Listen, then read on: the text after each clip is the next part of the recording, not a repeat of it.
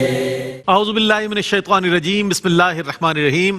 ناظرین محترم، السلام علیکم ورحمۃ اللہ وبرکاتہ۔ میں ہوں آپ کا میزبان محمد رئیس احمد، اور حج بیت اللہ کی ان مبارک ساعتوں میں ARYQ ٹی وی نے یہ اہتمام کیا ہے کہ رحمان کے مہمان جو اس وقت موجود ہیں حرمین طیبین میں اور صدائیں بلند کر رہے ہیں، لبیک اللہم لبیک، لبیک لا شریک لک لبیک، ان الحمد والنعمت لک والملک لا شریک لک۔ یہ تلبیہ ہر ملک کے ہر حاجی کی زبان پر جاری و ساری ہے، مرد ہو، عورت ہو، بچہ ہو، بزرگ ہو، جو موجود ہے اور جو عازم سفر ہے، اس وقت جو دوران سفر ہے، جو وہاں پہنچ گیا ہے، موجود ہے، سب کی زبان پر تلبیہ ہے، اللہ اکبر۔ کیا ہی گھڑیاں ہیں، کیا مبارک گھڑیاں ہیں، رحمت چھما چھم برس رہی ہے اللہ رب کریم کی، کیونکہ بہت پسندیدہ عمل ہو رہا ہے اور آگے جو ہونے والا ہے یوم عرفہ، یعنی کہ حج کا رکن اعظم جب ادا ہوگا تو اللہ اکبر، کتنے ہی لوگوں کی اللہ تعالیٰ بخشش و مغفرت فرمائے گا، کتنے ہی گناہ گاروں کو معاف فرمائے گا۔ اللہ کرے کہ ہم بھی ان میں شامل ہوں کہ جن کے گناہ معاف ہو جائیں، جن کے استغفار اللہ تعالیٰ قبول فرما لے، جن کی دعائیں اللہ تعالیٰ مستجاب فرما لے۔ تو آئیے اس پروگرام کے ذریعے بھی حج کی آگہی کے حوالے سے، مناسک حج کے حوالے سے، اویئرنیس کے حوالے سے بات ہوگی انشاءاللہ۔ علماء حضرات تشریف لاتے ہیں، بہت اچھے انداز میں بیان فرماتے ہیں۔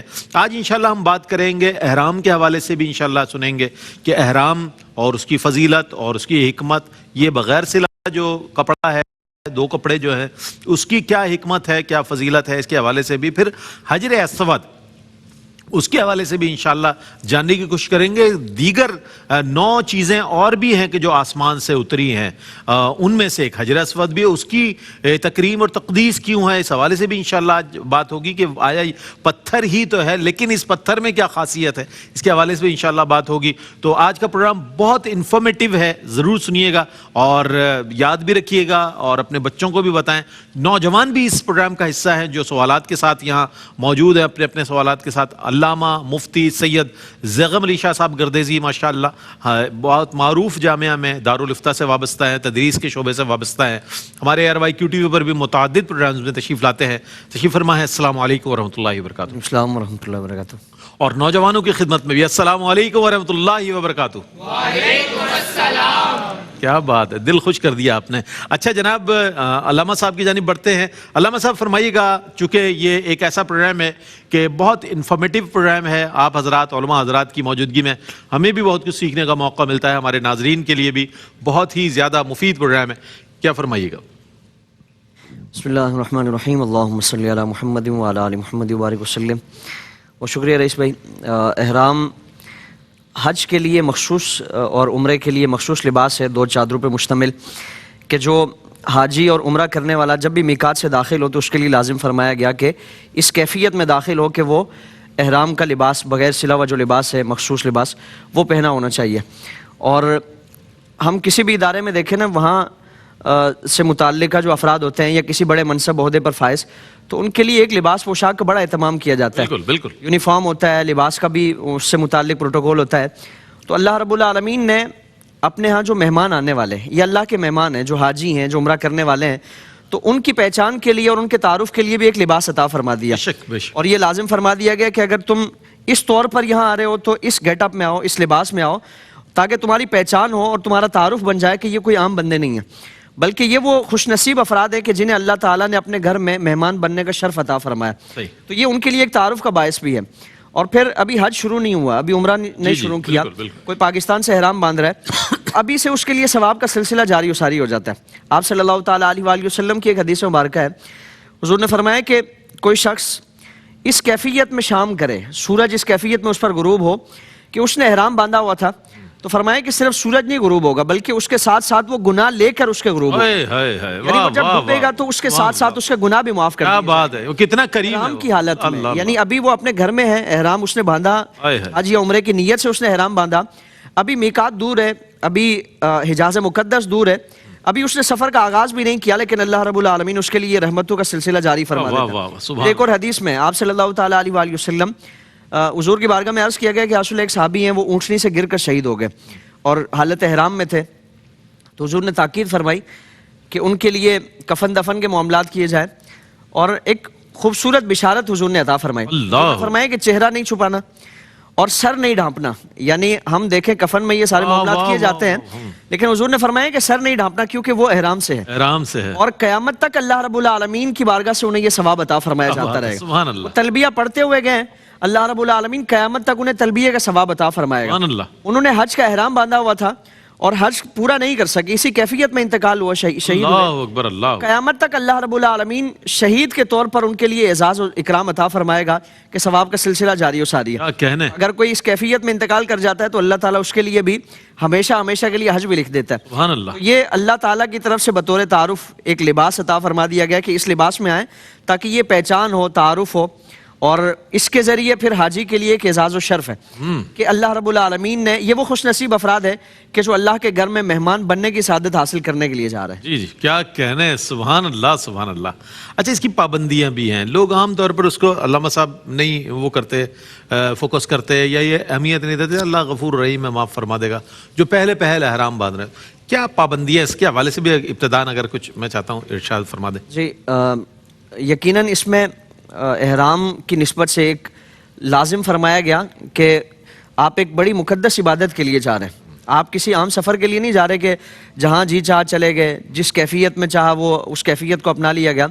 تاکید فرمائی جاتی ہے کہ بے صلہ لباس پہننا ہے, بے صلہ, یعنی یہ جو احرام کی 2 چادریں ہیں اس میں یہ پہننا ہے, اور اس میں کوئی بھی سر سے لے کے پاؤں تک کوئی بھی ایسا لباس کا حصہ کوئی چیز شامل نہ ہو, جیسے موزے ہیں, دستانے ہیں, یا کوئی بھی اس طرح کی کیفیت ہے.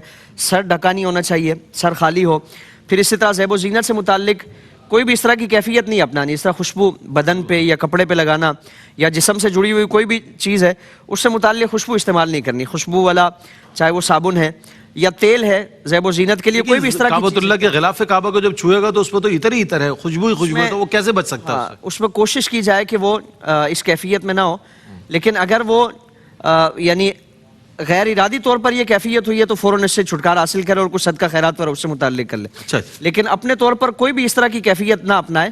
یہ تو اس نے, یعنی جس طرح حاجی کے پاس سے اگر کوئی ایسی کیفیت والا گزرا کہ جو حج نہیں کر رہا, اس کی وجہ سے اگر کوئی اس پر خوشبو لگ جاتی ہے تو اس پر کوئی فرق نہیں آئے گا. لیکن پھر حاجی کے لیے جو چیزیں حج کے علاوہ اجازت تھی اس کی, مثال کے طور پر حقوق زوجیت اس کے لیے جائز تھا لیکن اب منع فرما دیا گیا. بلکہ جو دوائی جماع ہے, یعنی جو قولی یا فعلی مبادیات میں شامل ہوتی ہے, ان چیزوں سے بھی منع فرما دیا گیا. یعنی ہر اس فعل کو اپنایا گیا, تاکید فرمائی گئی کہ جس کی وجہ سے یہ اندیشہ ہے کہ اس کا حج متاثر ہوگا, احرام کا تقدس و پامال ہوگا, ایسی ساری چیزوں سے اس کو منع فرما دیا گیا تاکہ قدم قدم پر اس کے لیے کوئی بھی اس طرح کا وہ سلسلہ نہ ہو, کوئی بھی مرحلے کا سامنا نہ ہو کہ جس کی وجہ سے اس کے جو تقدس, حج کے جو آداب ہے, تقدس ہے, وہ پامالی کا باعث بنے. کیا کہنا ہے. اچھا جناب, بڑھتے ہیں نوجوانوں کی جانب اور ان کے پاس سوالات ہیں, اور یقیناً جب علماء حضرات کی گفتگو آپ یا میں جو بھی کوئی سنتا ہے تو جہاں بہت کچھ سیکھنے کا موقع ملتا ہے, وہیں میں سمجھتا ہوں کہ کچھ جاننے کے بہت سے دروا ہوتے ہیں کہ ایسا ہے تو یہ کیوں ہے, ایسا ہے تو اس میں کیا حکمت ہے, ایسا ہے تو اس بات کی فضیلت کیا ہے. نوجوانوں, سوالات کے لیے تیار ہو جاؤ. آپ میں سے کون سوال کرے گا اور آج کی اس نشست کا حصہ بنے گا؟ جی جی, بسم اللہ. السلام علیکم, میرا نام حمزہ ہے. میرا سوال یہ ہے کہ احرام کی کیا حقیقت ہے اور اس کا مقصد کیا ہے, اسے ہم کیوں پہنتے ہیں؟ اچھا, احرام کی حقیقت تو اس سے پہلے جی بیان فرمائیے آپ. کلام ہوا.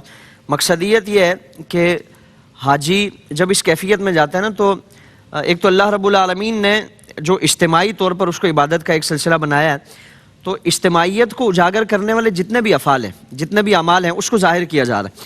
یعنی اگر لاکھوں کا مجمع ہے تو ان کا لباس پوشاک ایک ہے, ان کی بولی ایک ہے, ان کا عمل ہے کہ ایک ہے, ان کا چلنا پھرنا ایک طرح کا ہے, جہاں جا رہے ہیں سب ایک ساتھ جا رہے ہیں, جہاں سے اگر واپسی ہو رہی ہے کسی مقام سے تو سب ایک ساتھ واپس آ رہے ہیں.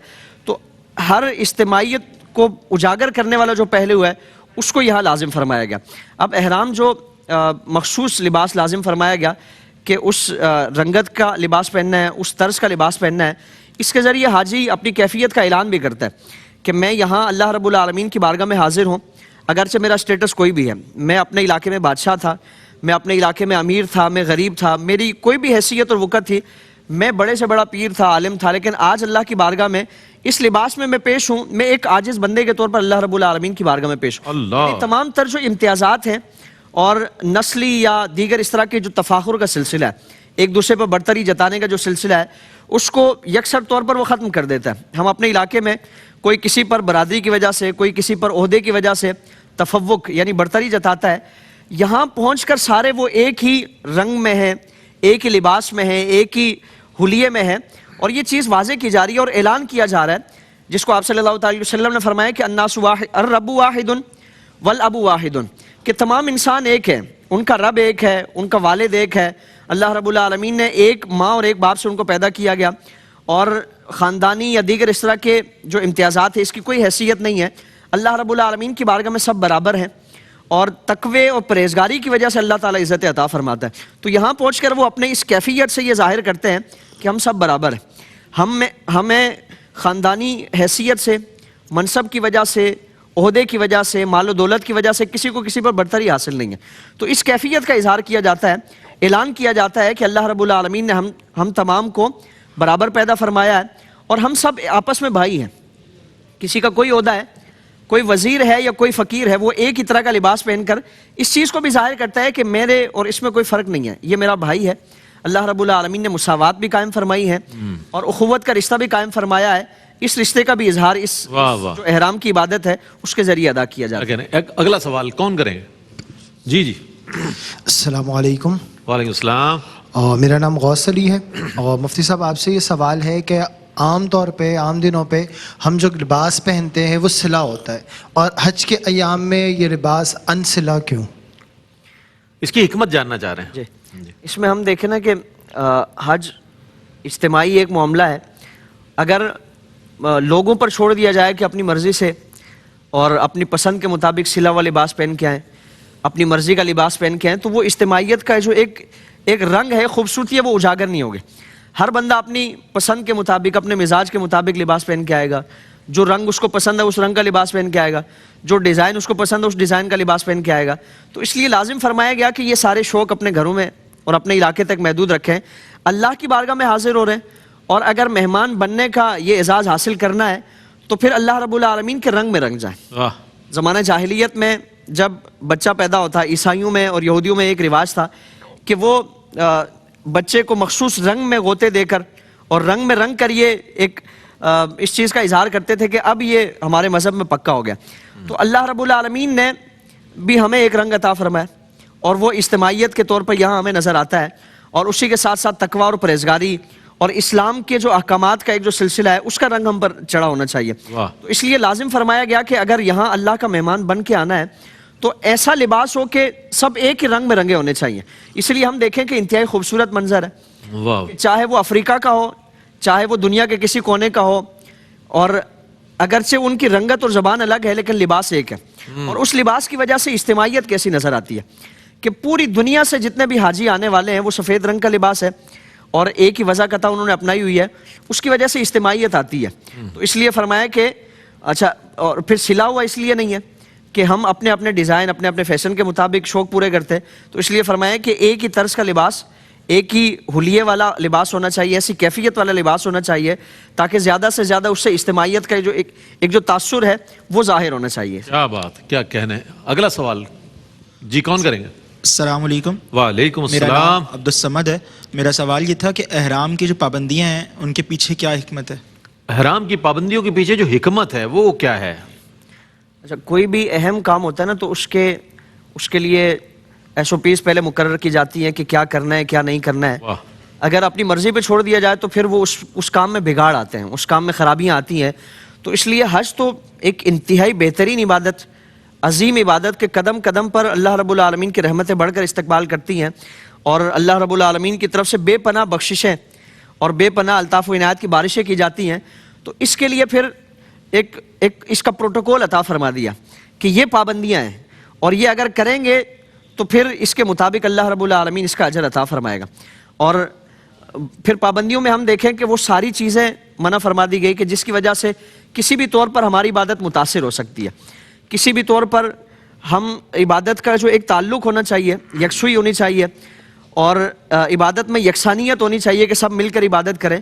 تو وہ ساری جو پابندیاں لگائی گئی اگر ان کو ہم تھوڑی دیر کے لیے تصور کریں کہ اگر ہم شامل کریں گے تو وہ کسی نہ کسی طور پر اس عبادت کو متاثر کرنے کا سبب بنیں گے. تو اس لیے لازم فرمایا گیا کہ یہ چیزیں کرنی ہے, یہ چیزیں نہیں کرنی ہے, اور اگر اس کے مطابق ادا کریں گے تو اللہ رب العالمین کی بارگاہ سے اس کے لیے ثواب حاصل کریں گے. تو اس لیے اس کے جو حدود و قیود ہیں, جو تقاضے ہیں, وہ سارے لازم فرمائے گئے اور پابندی فرمائی گئی کہ اس کے مطابق اگر ادا کریں گے. نماز میں بھی ہم دیکھیں کہ نماز کے لیے ایک طریقہ کار متعین فرما دیا گیا. جو چیزیں نماز سے پہلے جائز تھی اب اس کو منع فرما دیا گیا. پوری زندگی جو چیزیں حلال ہیں اب وہ حرام فرما دی گئی ہیں. احرام بھی ان چیزوں کو کہ جو حج کے تمام ارکان یا احرام کی کیفیت کو کسی بھی طور پر اس میں خامی یا کوتاہی یا نقص کا باعث بن سکتی ہیں, تو احرام کی وجہ سے ان کو حرام فرما دیا گیا. ٹھیک. اس لیے یہ ایک اعزاز اور یہ ایک پروٹوکول اس کو عطا فرمایا گیا کہ کسی بھی طور پر یہ عبادت متاثر نہ ہو. تو بعض چیزوں کی ادائیگی اس کے لیے منع فرما دیا گیا کہ حالت احرام میں ان چیزوں کو نہیں کرنا ہے. ٹھیک ہے جناب, آج کے اس پروگرام کا آخری سوال کیا کریں گے نوجوان؟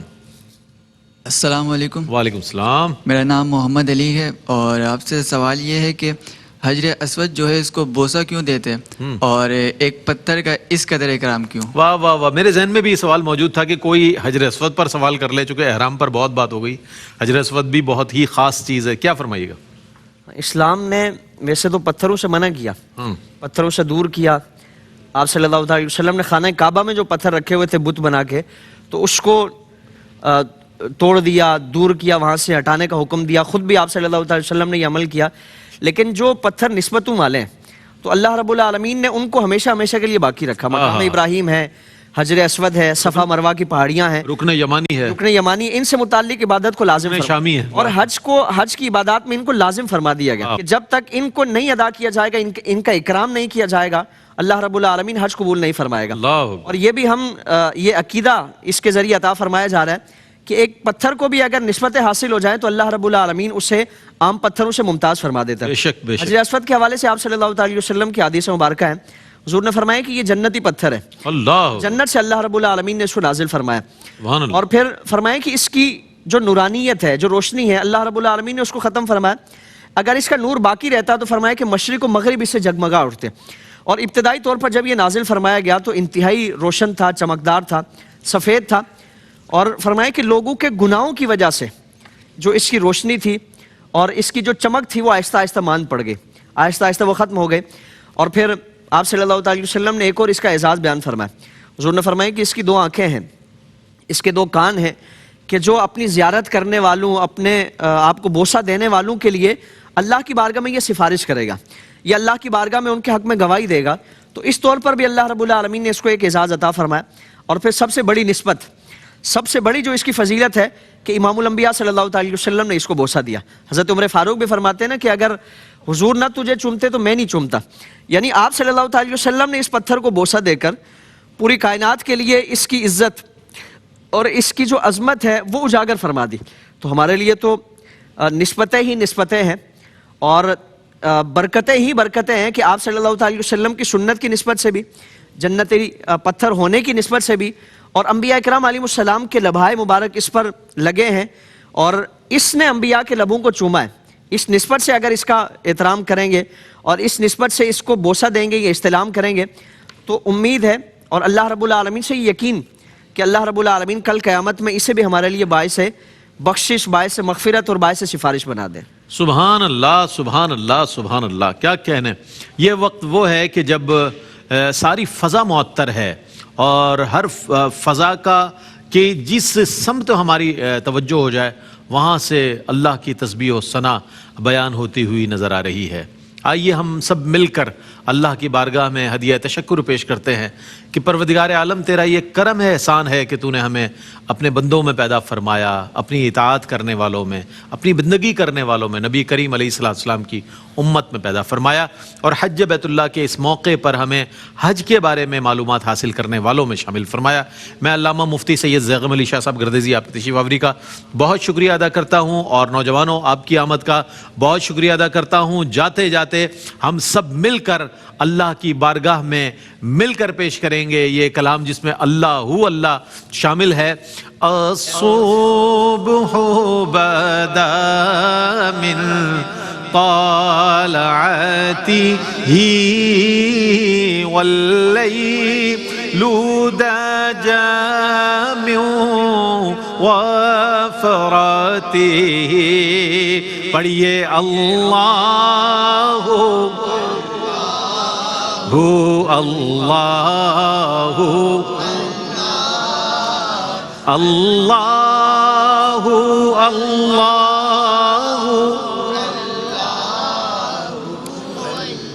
فمحمدنا هو سيدنا فالعز لنا لإجابته. اللہ اللہ اللہ